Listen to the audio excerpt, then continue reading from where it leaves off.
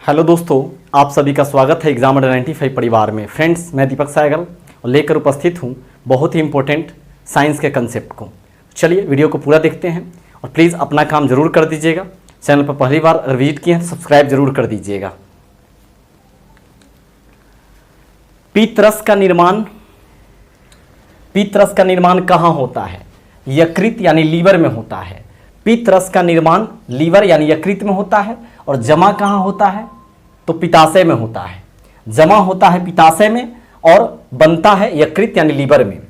पीत का पीएच मान क्या होता है? 7.7 होता है, जो क्या है? क्षारीय है। क्योंकि आप जानते हैं कि पीएच स्केल में 7 से ऊपर जब जाता है तो वह क्षारीय होता है, 7 से नीचे आता है तो अम्लीय होता है और 7 पर उदासीन होता है। आरबीसी का जन्म कहाँ हुआ था? तो अस्थि मज्जा में होता है। आरबीसी का जन्म अस्थि मज्जा यानी बोन मैरो में होता है और मृत्यु कहाँ होता है? प्लीहा यानी स्प्लीन और तिल्ली में होता है। इसीलिए आरबीसी का कब्रगाह भी कहा जाता है प्लीहा को। आरबीसी का जीवन काल 120 दिन होता है और आरबीसी का कार्य क्या है? तो ऑक्सीजन का परिवहन कराना है। ऑक्सीजन का परिवहन कराना है आरबीसी का काम है। Red blood cell. रक्त क्या है? तो रक्त एक संयोजी ऊतक है और रक्त का पीएच मान 7.4 होता है। पुरुष में रक्त होता है 5 से 6 लीटर, जबकि महिला में 4.5 से लेकर 5.5 लीटर यानी 4.5 से 5.5 लीटर होता है रक्त। PH scale. पीएच स्केल को इंग्लिश में फुल फॉर्म होता है पोटेंशियल ऑफ हाइड्रोजन। खोज क्या कौन किए थे? सोरेनसन किए थे। पीएच स्केल का खोज सोरेनसन किए थे। पीएच स्केल अगर 7 पर है तो वो उदासीन होगा, जैसे कि आपका जल उदासीन है, उसका पीएच वैल्यू 7 होता है, और 7 से कम होगा तो अम्लीय हो जाएगा और 7 से ज़्यादा होगा तो क्षारीय हो जाएगा। रक्त और आंसू का पीएच मान 7.4 होता है। इसको आप याद रख सकते हैं। खून के आंसू यानी खून मानो रक्त और आंसू दोनों का पीएच मान 7.4 होगा। NaCl और जल यानी कि साधारण नमक और जल दोनों का पीएच मान 7 होता है। समुद्री जल का पीएच मान 8.4 होता है। मिल्क ऑफ मैग्नीशिया का पीएच मान 10.5 होता है। NaOH यानी सोडियम हाइड्रोक्साइड, कास्टिक सोडा कहिए, उसका 14 होता है। मानव मूत्र का 6 होता है और दूध जो बोलते हैं दूध का होता है 6.4 से 6.6 होता है। तो इससे आप याद कर सकते हैं। वायुमंडलीय दाब क्या है? तो वायुमंडलीय दाब यानी एटमॉस्फेरिक प्रेशर बोलते हैं इसको हम। प्रेशर का एक फार्मूला आप याद रखेंगे, फोर्स बाय एरिया होता है, और एक प्रेशर का फार्मूला H/D/G भी होता है। यूनिट की बात करें तो फोर्स बाय एरिया यानी न्यूटन पर मीटर स्क्वायर हो जाएगा। इसी को ऊपर में भेजिएगा तो Nm⁻² या पास्कल भी हम इसको बोलते हैं। बार एटमॉस्फेरिक प्रेशर का जो हो जाएगा यूनिट, उसका बार हो जाता है, क्योंकि बैरोमीटर से मापते हैं। तो वायुमंडलीय दाब को बैरोमीटर से मापते हैं। खोज टॉरिसेली किए थे। पाठ्यांक अचानक करा धीरे नीचे जाता है, पाठ्यांक अचानक नीचे जाता है बैरोमीटर में तो आंधी तूफान आता है, लेकिन धीरे धीरे नीचे जाएगा तो वर्षा हो जाएगा, और धीरे धीरे पाठ्यांक ऊपर चढ़ता है तो मौसम साफ होगा। एक एटमॉस्फेरिक प्रेशर का वैल्यू कितना होता है? 1.013 गुने 10⁵ पास्कल यानी 1.013 इंटू 10⁵ पास्कल होता है। प्रतिरोध रेसिस्टेंस। प्रतिरोध का खोज सर जॉर्ज ओम किए थे। इकाई क्या है? तो ओम है, और ओम ऐसे हम लोग डिनोट करते हैं। श्रेणी और समांतर क्रम में इसको जोड़ सकते हैं, यानी प्रतिरोध को हम लोग जोड़ते हैं 2 प्रकार से, श्रेणी और समानांतर में। श्रेणी का फॉर्मूला है, यह श्रेणी का फॉर्मूला है श्रेणी क्रम का। Rn बराबर R1 + R2 + R3 ...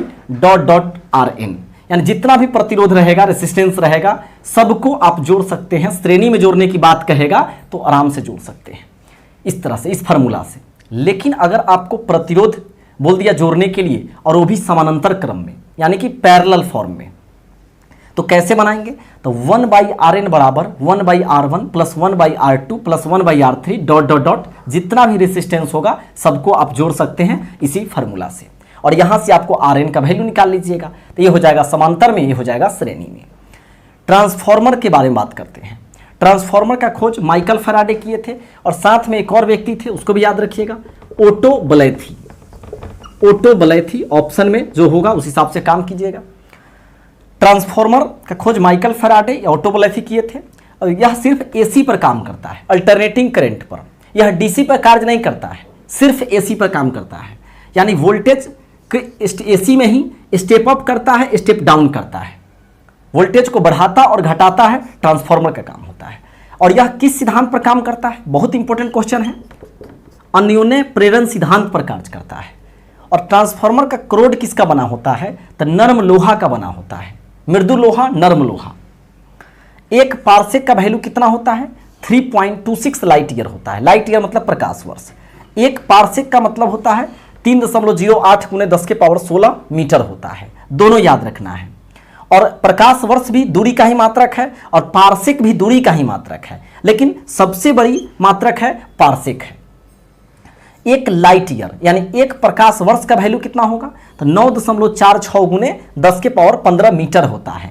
इसी को किलोमीटर में भी लिखेगा तो 10⁻12 यह हो जाएगा, किलोमीटर हो जाएगा।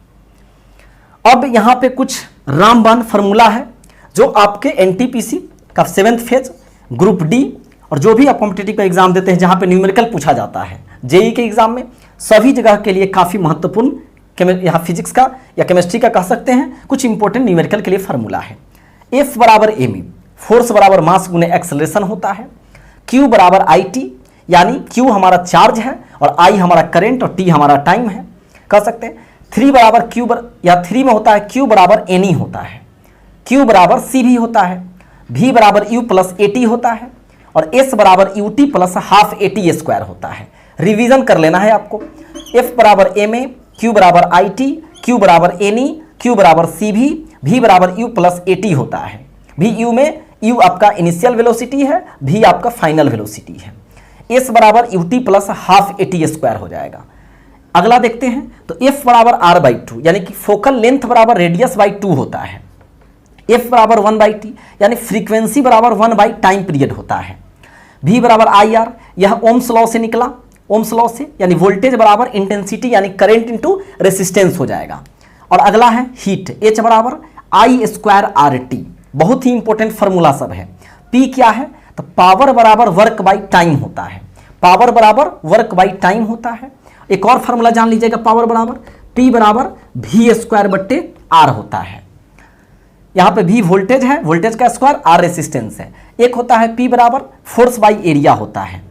तो जहां से भी न्यूमेरिकल देगा आप बना देंगे। सरफेस टेंशन बराबर क्या होता है, फोर्स बाई लेंथ होता है। सरफेस यानी कि इसका यूनिट पूछे तो न्यूटन पर मीटर हो जाएगा। काइनेटिक एनर्जी बराबर 1/2 mv² होता है। अगला फार्मूला है काइनेटिक एनर्जी बराबर संवेग यानी मोमेंटम के केस में P²/2m होता है। अगला फार्मूला P बराबर mgh होता है, यानी P क्या है तो स्थितिज ऊर्जा है, P जो है स्थितिज ऊर्जा है, K आपका काइनेटिक एनर्जी यानी गतिज ऊर्जा है। तो गतिज ऊर्जा का दो फार्मूला है, एक है 1/2 mv² और एक है संवेग यानी P संवेग होता है और P यानी मोमेंटम बराबर mv मास इंटू वेलोसिटी। ये भी फार्मूला आपको याद रखना है।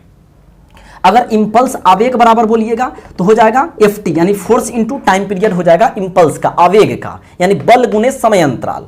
अब P हो गया मोमेंटम यानी संवेग हो गया, तो द्रव्यमान गुने वेग हो जाएगा, मास इंटू वेलोसिटी। और P बराबर mgh हो गया, मास, ग्रेविटी और ये हो जाएगा हाइट। लेकिन me क्या होता है, मैकेनिकल एनर्जी, तो काइनेटिक एनर्जी और पोटेंशियल एनर्जी का सम होता है। तो फ्रेंड्स ये समझ में आया होगा। प्लीज़ चैनल को पहली बार अगर विजिट किए थे, वीडियो देख रहे थे तो प्लीज़ सब्सक्राइब कर दीजिएगा फ्रेंड्स, और एक शेयर जरूर कीजिएगा फ्रेंड्स, क्योंकि आपका भी कुछ फर्ज बनता है मेरे लिए। चैनल को ग्रो करवाइए ताकि हम लाइव आ सके। अभी लाइव नहीं आ सकते हैं, तो लाइव आकर ये सब समझाएंगे तो और ज़्यादा आपके लिए इंटरेस्टेड हो जाएगा और ज़्यादा क्लियर होगा। मिलते हैं नेक्स्ट वीडियो में। जय हिंद, जय भारत।